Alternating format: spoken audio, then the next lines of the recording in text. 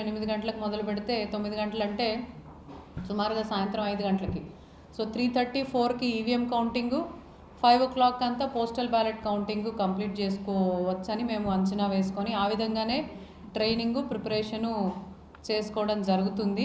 రిక్వైర్లీ కావచ్చు, పార్లమెంట్ కావచ్చు, 2 కౌంటింగ్కి సుమారుగా రిజర్వ్తో సహా 1100 మందిని మనము సెలెక్ట్ చేసుకోవడం జరిగింది అండి.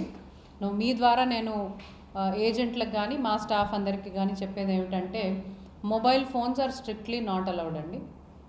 సో ఖచ్చితంగా ఆ ప్రెమిసెస్కి మీరు తెలుసో తెలియకో మొబైల్ ఫోన్ తెచ్చినా అది మొబైల్ డిపాజిట్ కౌంటర్లో మేము బయటనే హాల్కి వచ్చే 200 meters పెరిమీటర్ లోపలే మొబైల్స్ తీసుకోవడం జరుగుతుంది. రెండో ఇంపార్టెంట్ పాయింట్ ఏమిటంటే, ఐడెంటిటీ కార్డ్ లేకుండా ఎవరూ లోపలికి రావడానికి లేదు, అది స్టాఫ్ అయినా కానీ కౌంటింగ్ ఏజెంట్ అయినా కానీ.